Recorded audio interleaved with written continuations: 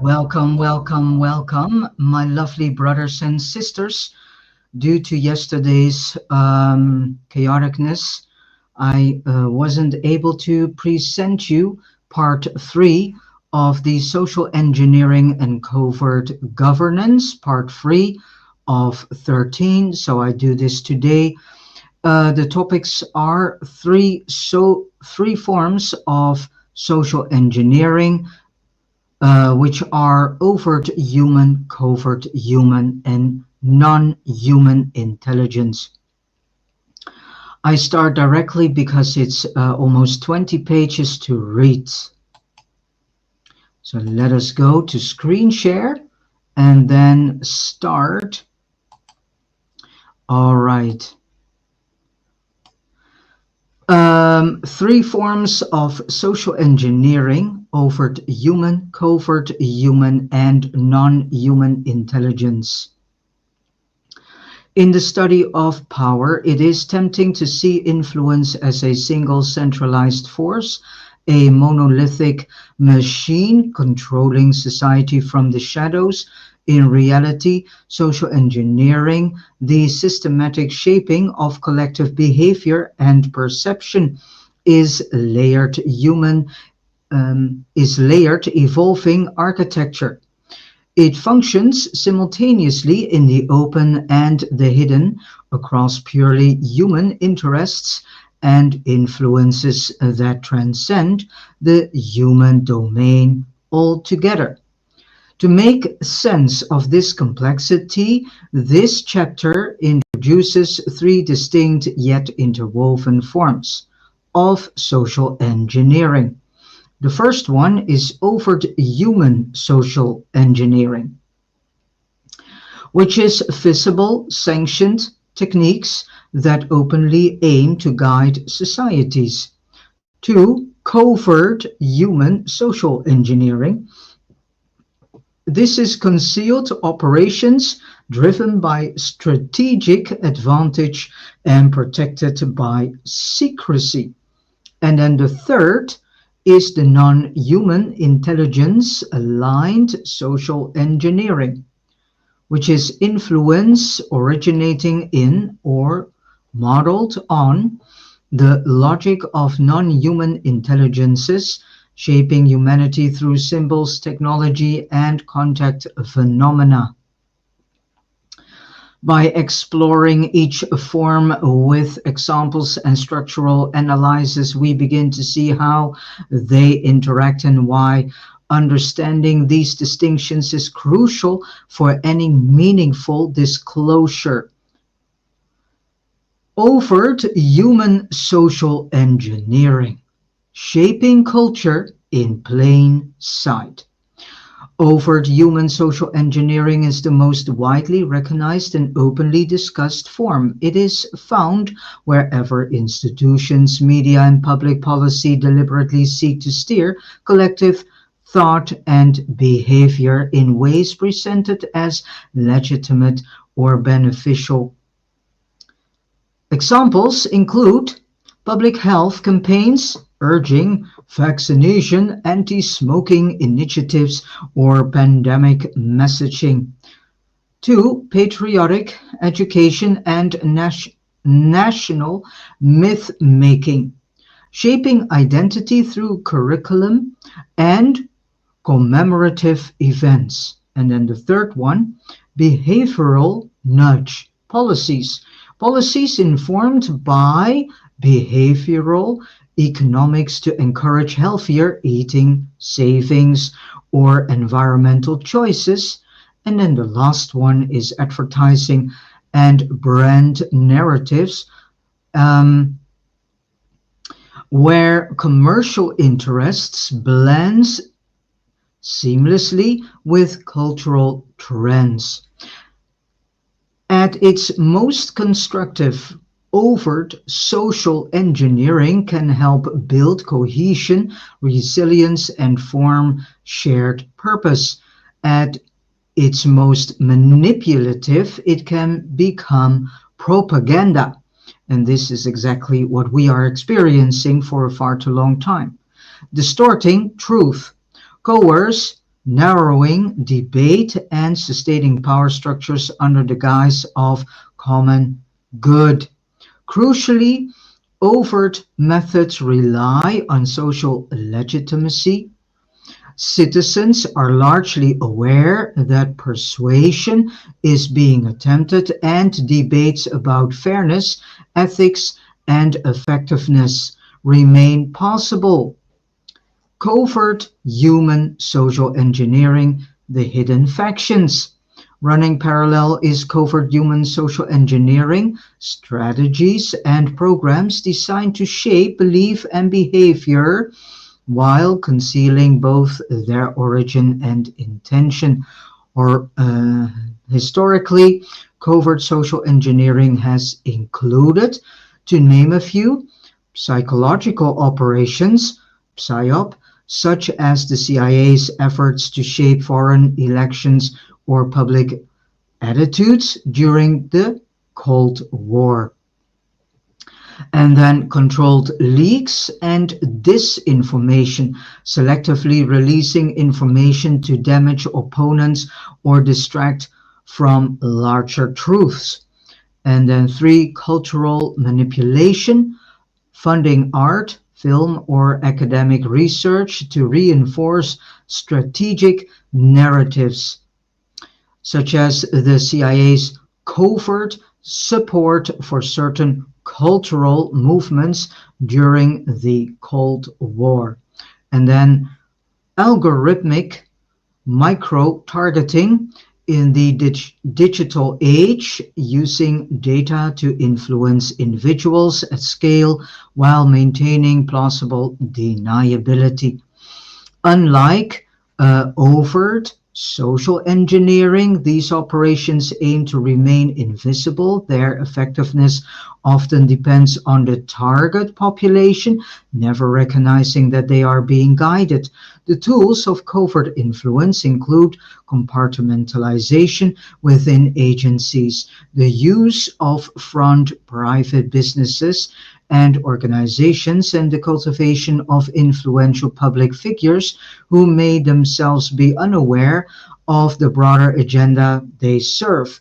Ethically, covert social engineering is deeply problematic. It removes consent and transparency from governance, and its legacy often includes public mistrust and social fragmentation when exposed. Non-human and intelligence aligned social engineering. So non-human intelligence aligned social engineering beyond human strategies. The third form operates beyond conventional human intelligence, social engineering shaped by or patterned after non-human intelligences. While this idea can be sound speculative, its structural characteristics can be analyzed.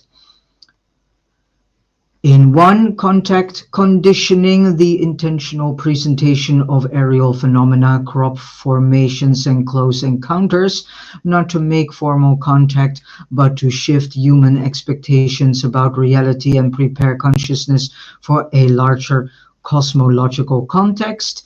Two, symbolic seeding, recurring symbols or archetypes appearing across contact experiences and cultural narratives, subtly shaping collective perception. Three, technological inspiration, selective introduction of advanced concepts through private briefings, reverse engineering programs, or direct transmission to individuals and research groups. And then multidimensional patterning, influencing not only external events but inner cognitive and emotional frameworks, what some experiencers describe as downloaded understandings. Non-human intelligence aligned social engineering typically operates over longer timescales and often appears to aim at preparing humanity for a future form of contact or integration. Its strategies seem to reflect a different relationship to time and causality, one that transcends linear human planning. The motivations behind these strategies remain debated. Some researchers see them as benevolent efforts to catalyze human evolution. Others warn of competing non-human factions whose goals may include control, resource extraction, or more subtle forms of dependency. The convergence, interaction, adaptation, and conflict. These three forms rarely remain isolated. In practice, they overlap and influence each other. Overt campaigns can mask covert operations. For example, public disclosure efforts sometimes appear alongside deeper cover-ups. Then we have covert programs. These have historically borrowed techniques from contact research, such as narrative disruption, symbolic messaging, or parapsychological methods. And then the last one, non-human intelligence aligned strategies may exploit or guide existing human covert structures, embedding their influence within the institutions that manage secrecy.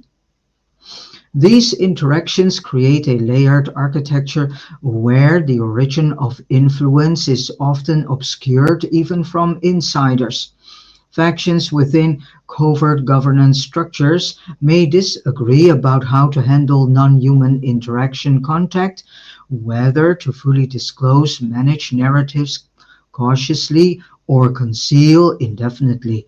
Some covert actors see themselves as stewards of a gradual disclosure aligned with non-human intelligences intentions, while others remain committed to denial and control. This layered dynamic interplay helps explain why disclosure remains partial, fragmented, and often contradictory. Why distinction matters beyond exposure. Understanding these three forms is not an abstract exercise, it is a practical tool for 1. Critical discernment, seeing when persuasion is transparent, when it is concealed, and when it may originate beyond purely human interests. 2. Accountability, defending open governance by naming and challenging covert manipulation. 3. Contact preparation, recognizing that some of what appears to be natural cultural evolution may in fact be influenced by intelligences operating at scales and levels of subtlety beyond our usual frameworks. Importantly, recognizing non-human intelligences aligned social engineering does not automatically equate it with benevolence. It invites careful evaluation of intent, consequences, and the ethical questions of free will and stewardship. Toward ethical integration.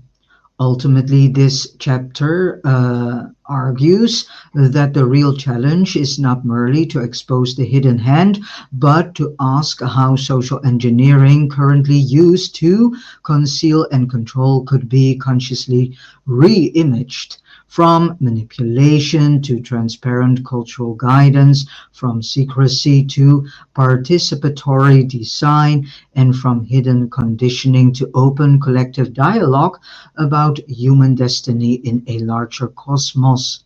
By acknowledging all three forms and understanding how they have shaped our past and present, we open the possibility of building a civilization grounded not in hidden architectures, but in conscious ethical co-creation. 1.6 The hidden architectures, classification systems, splinter factions, and the anatomy of secrecy. Covert human governance is not merely the product of modern intelligence agencies or the technological leaps of the 20th and 21st century. Its roots run far deeper. tracing back to old Europe, where secret societies, esoteric orders, and early statecraft refined techniques for controlling information, guiding belief, and structuring power in ways hidden from public view. This chapter explores the historical arc of covert human social engineering, how layered classification architectures evolved to conceal knowledge and power, how splinter factions emerged, sometimes migrating across continents, as in the founding of the United States, and how internal conflicts within these structures have shaped cycles of secrecy, limited disclosure, and managed mythologies that continue to influence us today. By tracing this evolution, we see how secrecy became not simply a defensive necessity, but an architecture of governance in its own right. The European origins. Secrecy as a tool of power. Long before the modern age of intelligence agencies and classified documents, European monarchies, religious orders, and early scientific societies had already discovered the strategic value of secrecy. For them, knowledge was more than a collection of facts. It was a carefully guarded asset that could confer spiritual authority, political leverage, and cultural influence. One of the most distinctive features of this European legacy was the development of layered initiatory systems. Societies such as the Freemasons and the Rosicrucians did not reveal their teachings or symbols openly at all. Instead, they structured knowledge hierarchically. Members would progress through ranks or degrees, each stage granting access to deeper truths, more complex rituals, or guarded historical narratives. This system didn't just protect information, it actively shaped loyalty, belief, and identity, ensuring that power and insight were linked to personal transformation and tested allegiance. Alongside these esoteric orders, European monarchies practiced state secrecy as an essential tool of governance. Sensitive matters like alchemical research, often linked to early scientific inquiry into metallurgy, medicine, and materials, were kept under royal patronage and shielded from external scrutiny. Likewise, early cryptographic methods developed to protect diplomatic correspondence became instruments of geopolitical strategy, ensuring that plans and alliances could be managed from behind a veil of encoded messages. Beyond purely spiritual or scientific pursuits, esoteric fraternities blurred the line.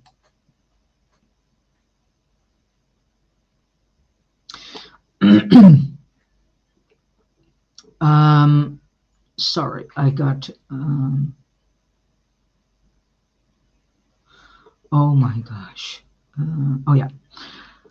Blurred the line between the sacred and the political. Members often served as advisors to monarchs, diplomats, or financiers, drawing upon the hidden knowledge to influence policy or royal decisions. Their dual role as spiritual custodians and political actors allowed them to shape events subtly, operating within accepted hierarchies while shielding deeper intentions and methods from the broader public. These historical structures all rested on a single enduring insight that hidden knowledge, whether scientific breakthroughs, symbolic frameworks, or geopolitical plans, could guide and shape entire cultures, provided it remained compartmentalized and protected. By limiting who could see the full picture, these groups maintained control over powerful ideas and ensured that influence remained concentrated among those deemed worthy, loyal, or strategically positioned. It was this centuries-old architecture of secrecy developed in the courts and lodges of Europe that would later migrate across the Atlantic. In doing so, it became the template for modern classification systems, intelligence networks, and the covert governance structures that would shape global politics and science in the centuries to come. Um, okay, the American experiment. Founders as a splinter group. Viewed through the lens of covert governance and social engineering, the founding of the United States can be understood not simply as a political revolt, but as the emergence of a splinter faction from the older European currents of esoteric philosophy, secret societies, and layered knowledge control. Rather than rejecting these traditions entirely, many of the early American architects adapted them, blending European methods of hidden influence with Enlightenment ideals of liberty and self-governance. Many of the founding fathers were themselves products of this dual inheritance. Figures like George Washington, Benjamin Franklin, and others belonged to Masonic lodges that traced symbolic and organizational roots to Europe and European secret societies. These networks were far more than ceremonial gatherings. They acted as conduits for new political ideas, scientific curiosity, and moral philosophy, all wrapped in ritual secrecy and layered initiations that mirrored the European template. Through these networks, revolutionary thinkers exchanged not only strategies, but also frameworks of legitimacy and identity that transcended national borders. The new American public thus became a testing ground for a different experiment in governance, one that was formally committed to constitutional checks, open debate, and the rule of law, yet quietly influenced by invisible architectures of trust, loyalty, and controlled knowledge. The language of equality and universal rights coexisted with closed meetings, coded symbols, and hierarchies of initiation that echoed the very systems from which these revolutionaries had partially broken away. Beyond institutional design, early American power structures fused these European methods of secrecy with a uniquely American emphasis on technological progress and frontier expansion to push westward. The creation of new industries and later the rapid growth of scientific research all became fields where covert strategies and compartmentalization would flourish. Secrecy was not abandoned, it was repurposed to manage the risks and opportunities of an expanding, restless society. This ideological migration established an enduring paradox at the heart of the American experiment, a nation dedicated in principle to openness and transparency, yet built and maintained in part through covert networks and hidden influence. Secrecy, rather than disappearing in the new republic, traveled with those who sought greater freedom, reshaped but never fully discarded. As a result, openness and covert control grew together, entwined from the very founding of the United States, and setting the stage for the classified architectures that would later emerge in full during the modern era. The founding of the United States itself can be viewed structurally as the emergence of a splinter faction from European esoteric and philosophical currents. So, um, this is very important to understand. This pattern of ideological migration, secrecy, traveling with those who sought greater freedom, established an enduring paradox. Openness and covert control grew together. From gentlemen's secrets to systematic classification. As the United States matured and entered the industrial age, secrecy evolved from a largely informed practice rooted in fraternal networks and elite circles into a formal institutional architecture. What had once been the domain of a relatively small number of so-called gentlemen's secrets, shared among founders, diplomats, and select scientific societies, became the foundation of a vast system of classification, surveillance, and compartmentalization. In the 19th century, secrecy was still largely managed through personal relationships and codes of honor. Political leaders, inventors, and early industrialists often trusted private correspondence, discreet meetings, and informal networks to safeguard information. Scientific discoveries with potential military value, such as advances in metallurgy or early cryptography, were typically protected by social norms and patronages rather than by law. These networks mirrored their European predecessors, relying on loyalty, reputation, and shared philosophical or commercial interests to keep critical knowledge within trusted circles.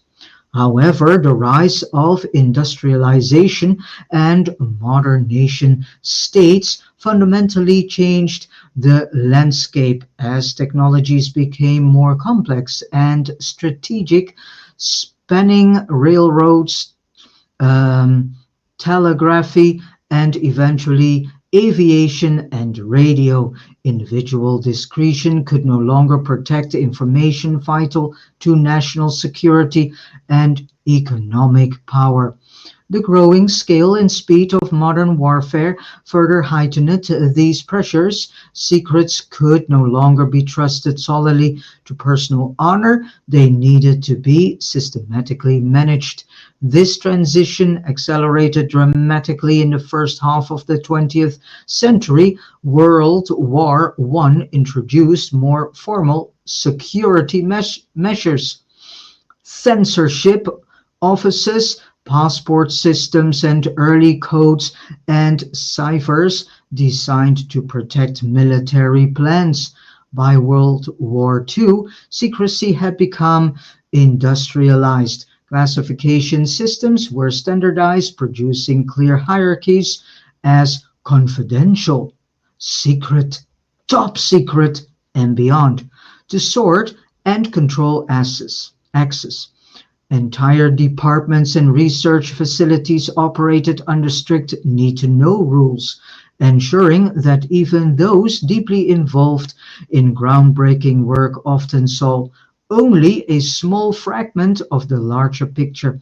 The logic of compartmentalization, dividing information into narrowly defined segments accessible only to select individuals, proved so effective that it became the cornerstone of covert governance. What had begun as social or philosophical secrecy among elites evolved into a bureaucratic and legal infrastructure capable of shaping policy, science, and cultural narratives on a massive scale. Importantly, this system did not merely hide knowledge from foreign adversaries, it increasingly hid knowledge from elected officials, journalists, and the public itself. By the mid of the 20th century, the United States had completed this evolution from informal networks inspired by European secret societies to a fully institutionalized architecture of secrecy. Classification had become a permanent feature of governance, not simply as a defensive measure, but as a tool for shaping research agendas, controlling narratives, and channeling enormous resources into programs shielded from democratic oversight. This transformation laid the groundwork for what followed: the emergence of competing factions within the covert sphere, the forging of alliances between government, industry, and emerging intelligence agencies, and ultimately the integration of even more extraordinary knowledge, particularly in the fields of advanced technologies and contact phenomena, into this hidden architecture. And the splintering, compartmentalization, and competing factions, the rise of systematic classification and compartmentalization brought with it a profound, though perhaps inevitable consequence: internal fragmentation. What had begun as a protective measure, keeping critical information from foreign powers, evolved into a structural feature of governance itself, shaping how covert knowledge was controlled, interpreted, and contested. At the heart of this fragmentation lay the principle of need to know, while it safeguarded the most sensitive discoveries by ensuring that only a handful of individuals could see the whole picture. It also meant that even senior officials and researchers often worked in isolation, privy only to narrow aspects of larger programs. Over time, this created a mosaic of compartments, each guarding its own slice of information, resources, and institutional culture. As classified programs expanded, so too did their complexity and ambition. Some compartments focused on advanced propulsion technologies, others on biological research, psychological operations, or the management of contact phenomena and recovered materials.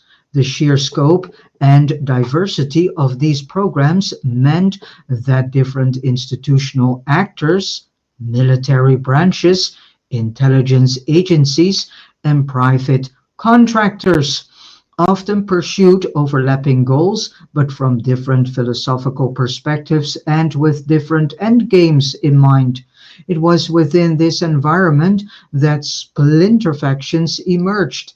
These were not simply administrative divisions, but networks bound by shared beliefs, loyalties, or strategic visions regarding what secrecy should ultimately protect or reveal.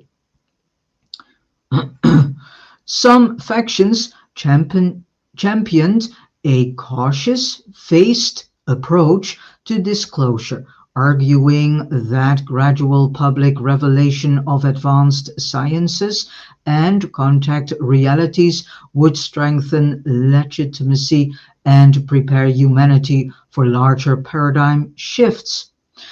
Others took a harder line, believing that any disclosure would erode national security advantages, destabilize cultural foundations, or challenge deeply held religious and ideological assumptions. Beyond these extremes lay further subtleties. Groups that saw in advanced technologies an opportunity for commercial dominance, Others driven by philosophical or even quasi-spiritual motives, and some that viewed collaboration with non-human intelligences as both necessary and dangerous. Disagreements could become profound, especially when rooted in incompatible worldviews about humanity's place in the cosmos and the ethical responsibility that came with transformative knowledge. These internal conflicts were not purely theoretical. They played out in funding battles, selective leaks, sabotage of rival programs, and the shaping of public narratives. Importantly, the very architecture of compartmentalization that kept secrets from external enemies also kept these factions from fully understanding one another's agendas. This created an environment ripe for misinterpretation, rivalry, and at times outright conflict. Over the decades, certain factions consolidated power, often by securing control over key programs, technological breakthroughs, or critical historical archives. Others faded, splintered further, or re-emerged in new disguises, yet the underlying pattern endured, an adaptive hidden architecture characterized not by a single unified conspiracy, but by a constellation of competing interests, philosophies, and strategic calculations, each shaping and being shaped by the deeper knowledge they sought to protect.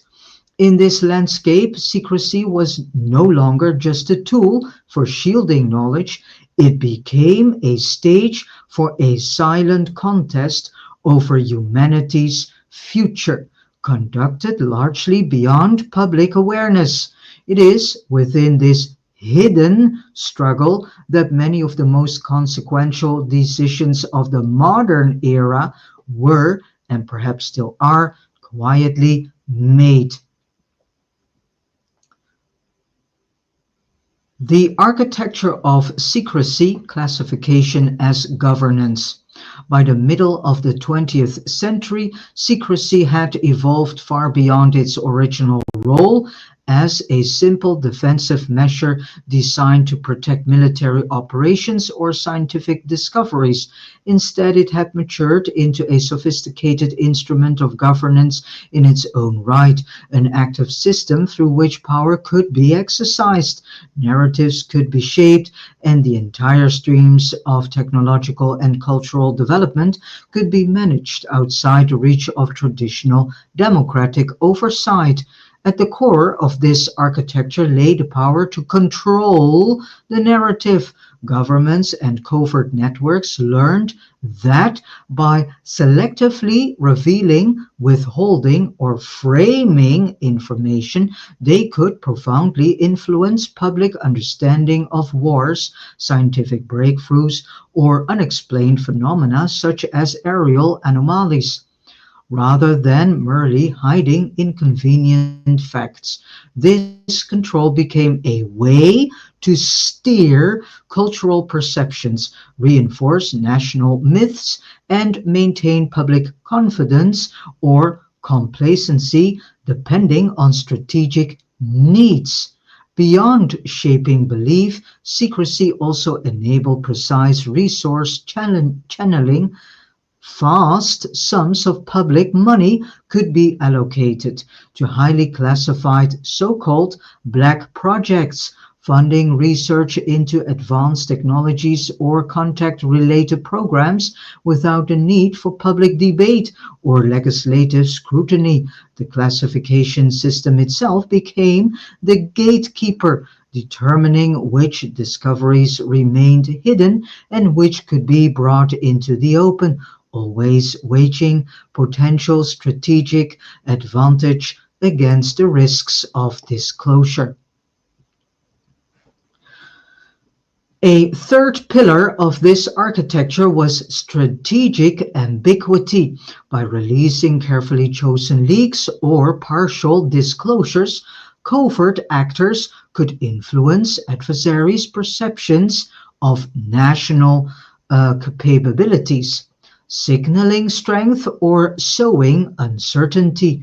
Domestically, these controlled revelations could be used to shape public opinion, distract from deeper truths, or preempt more damaging leaks by offering sanitized, manageable versions of sensitive information. Crucially, this entire system was adaptive rather than static. When public curiosity surged, triggered by high-profile sightings, whistleblower testimonies, or investigative journalism. Limited disclosures or controlled leaks could be developed and deployed to redirect attention, sustain broader mythologies, or subtly test societal reactions to deeper truths.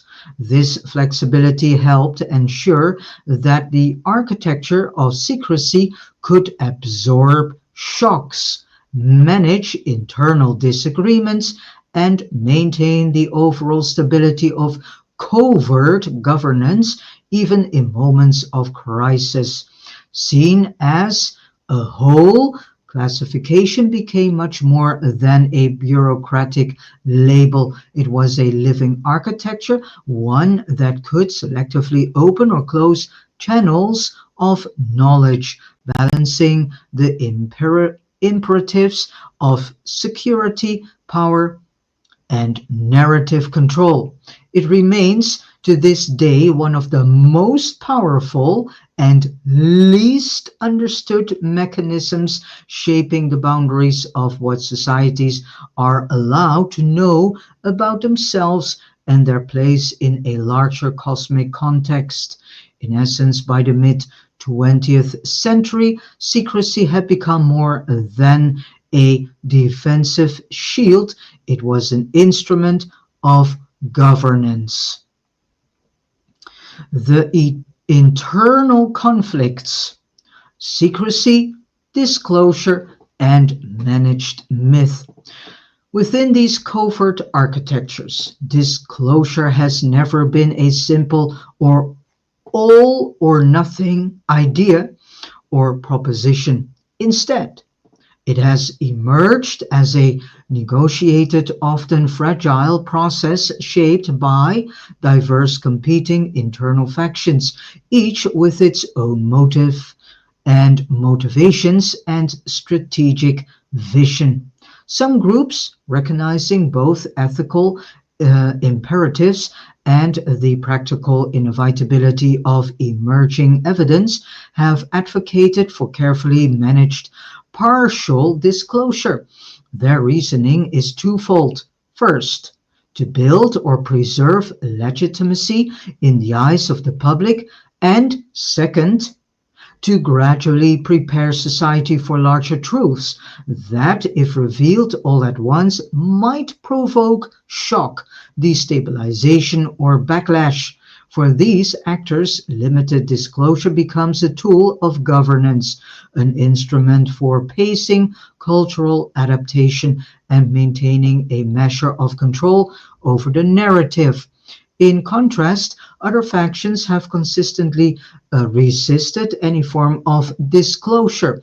Their opposition is driven by fears that revealing hidden technologies, contact phenomena, or the true structure of covert governance would erode long-held strategic advantages, undermine national security doctrines, or trigger cultural upheaval that could threaten existing power structures.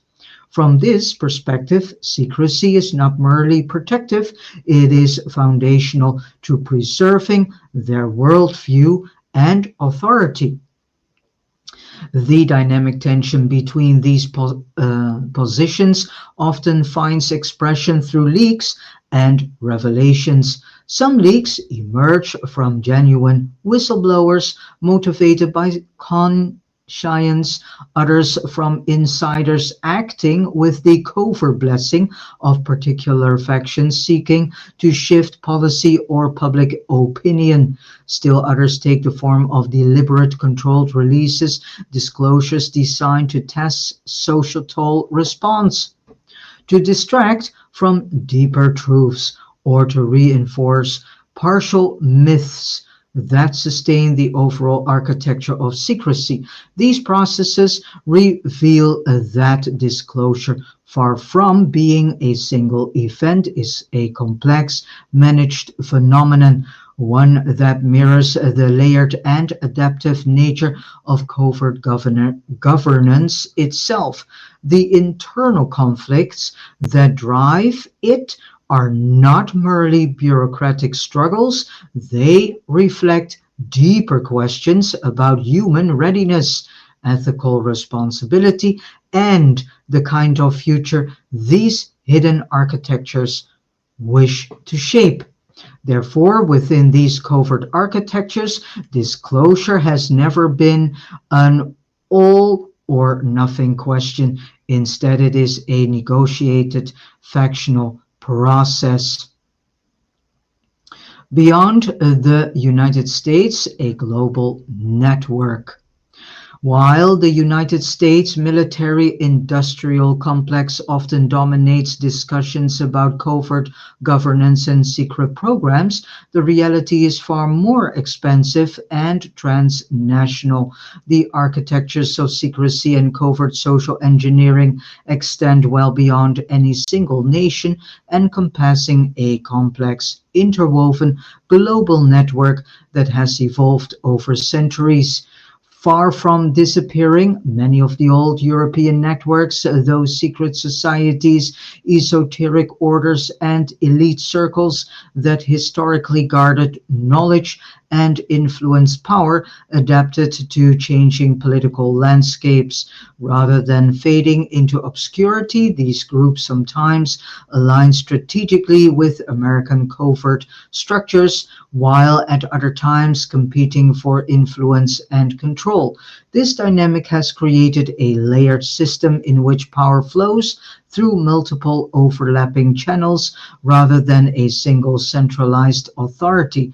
On a more formal level, international intelligence alliances such as the so-called Five Eyes, i.e., the partnership between the United States, the United Kingdom, Canada, Australia, and New Zealand, exemplify the collaborative dimension of this global architecture. These alliances share intelligence across borders while maintaining strict national compartments, reflecting a delicate balance between cooperation and sovereign secrecy. Information flows selectively with each member nation guarding its own classified programs, even as they collaborate on common strategic goals. Beyond governments and intelligence agencies, private corporations, universities, and research institutions operate on a global scale, often blurring the traditional lines between civilian and military domains. Cutting-edge technologies, especially in biotechnology, aerospace, and information systems, are developed and tested within networks that span continents and sectors. Funding and personnel frequently cross national borders, creating a transnational ecosystem where secrecy is maintained through contractual agreements. Intellectual property protections and often tacit understandings about what can and cannot be publicly disclosed. This global architecture of secrecy relies on more than just legal frameworks and formal classification systems.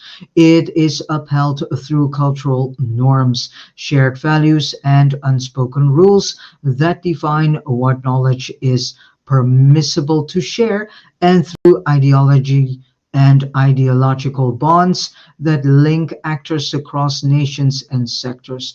Economic dependencies further cement this structure as vast industries and supply chains become invested in preserving the status quo of classified research and covert operations.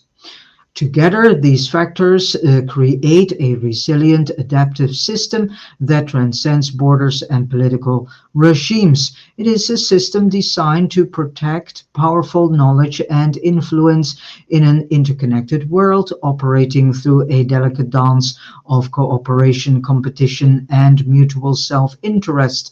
Understanding this global dimension is essential for grasping how secrecy functions not just within the United States, but as a pervasive feature of modern civilization itself. Though the US military industrial complex is often at the center of analysis, covert human architectures are transnational. The cost of secrecy. The hidden architectures of covert governance and classification have undeniably shaped some of the most extraordinary scientific, technological, and cultural developments in modern history. Advanced aerospace technologies, breakthroughs in medicine and materials science, and complex geopolitical strategies have all been cultivated, at least in part, within these secretive frameworks. Yet, alongside these remarkable achievements lie profound and often overlooked costs. One of the most significant consequences is the erosion of democratic governance when critical decisions, whether related to national security, scientific research, or social engineering, are made behind closed doors without public consent or meaningful oversight. The foundational principles of transparency and accountability begin to crumble. This shift weakens trust in institutions and disconnects citizens from the very processes that shape their societies and futures. Moreover, the pervasive secrecy has led to a deep cultural distortion.